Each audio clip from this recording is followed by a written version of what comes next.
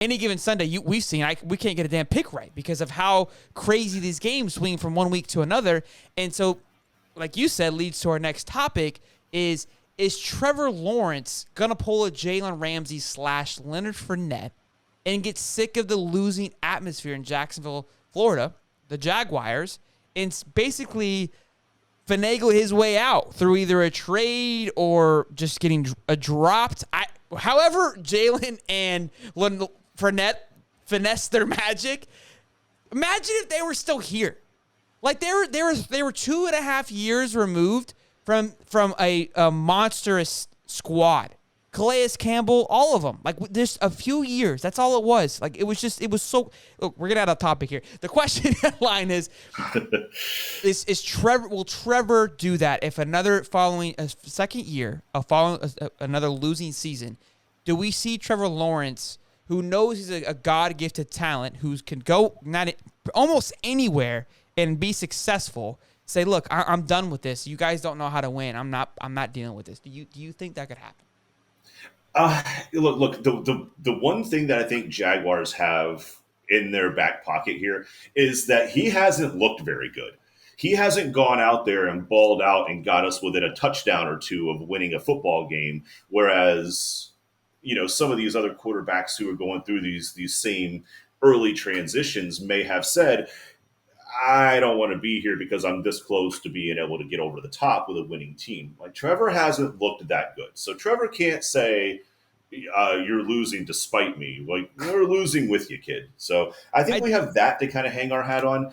But the other thing is, and this is the one thing that concerns me, is that it's not always just about your contract that makes you money in the NFL. There's endorsement deals. There's, just all these other outside things.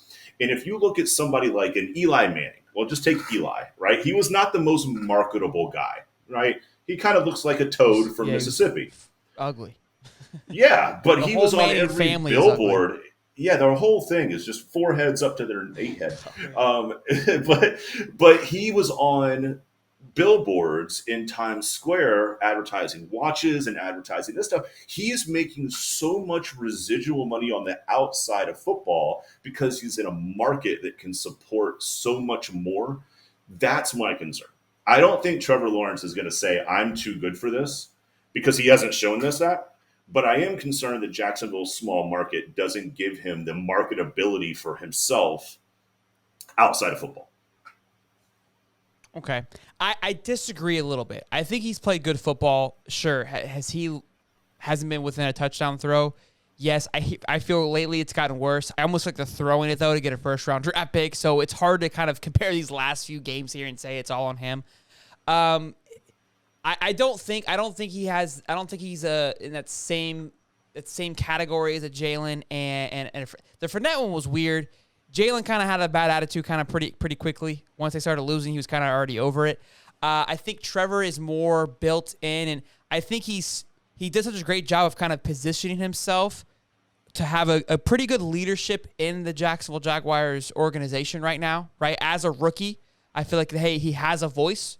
Right, Zach Wilson doesn't have a voice yet. Mac Jones, he's playing well, but he doesn't have a voice. Let's be honest. The guy, he's a Nick Saban product. He goes into a system and plays great football. Okay, but he doesn't have a voice. He's not, and that's why Belichick is running with this guy, because he's like, I can control him, and it's great. I'm not talking. That wasn't a knack. It's just he doesn't have to be that guy, right? But right now, there isn't a leadership presence, and I think Trevor is taking it over. The guy has been nothing but a winner his entire life. I think he'll figure out how to win. I think next year is going to be a better year.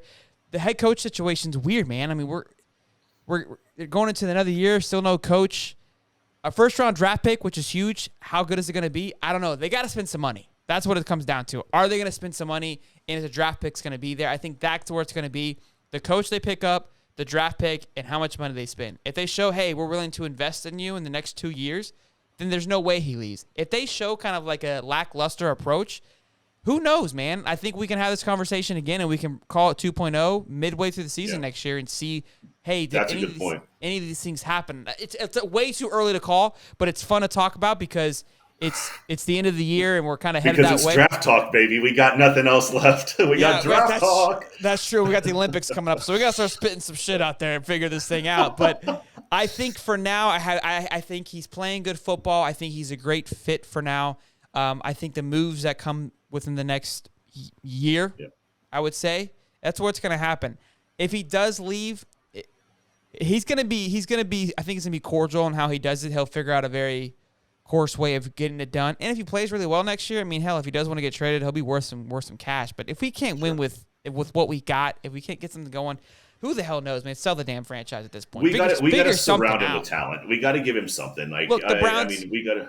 To be fair, the Browns somewhat have figured it out.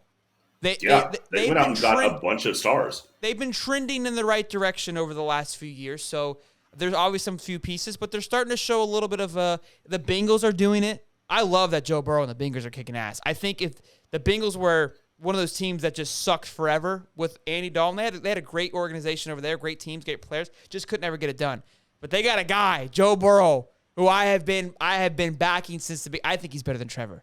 I'm not even joking. Oh yeah, I'll give you that. I said this back when they played in the championship. I'm Austin, our Winners versus Wags champion.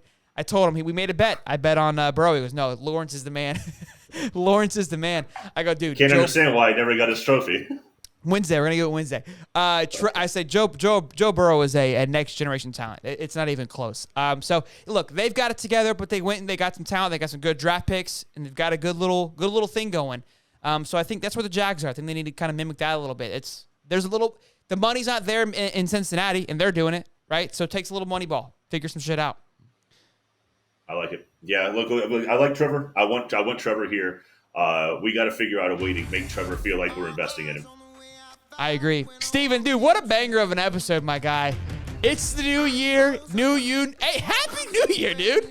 Happy New Year. Holy shit. I forgot how much I hated you to tell you something nice. Happy New Year. Love you. Goodness. Hey, it's Papa Champion to you, big dog. Listen, guys, make sure you guys like and subscribe if you love it. If you want to keep checking in on us, see what we're doing, call us idiots. We appreciate your comments. Been having some great conversations with you guys lately, so we do appreciate your input, your insight. No matter how dumb you think we are, we're still going to be here. So stop on in, stop on by. Be back here next week. And until next time, I'm Shelton. And I'm Holly. Buggity, buggity, buggity, baby. Let's go racing.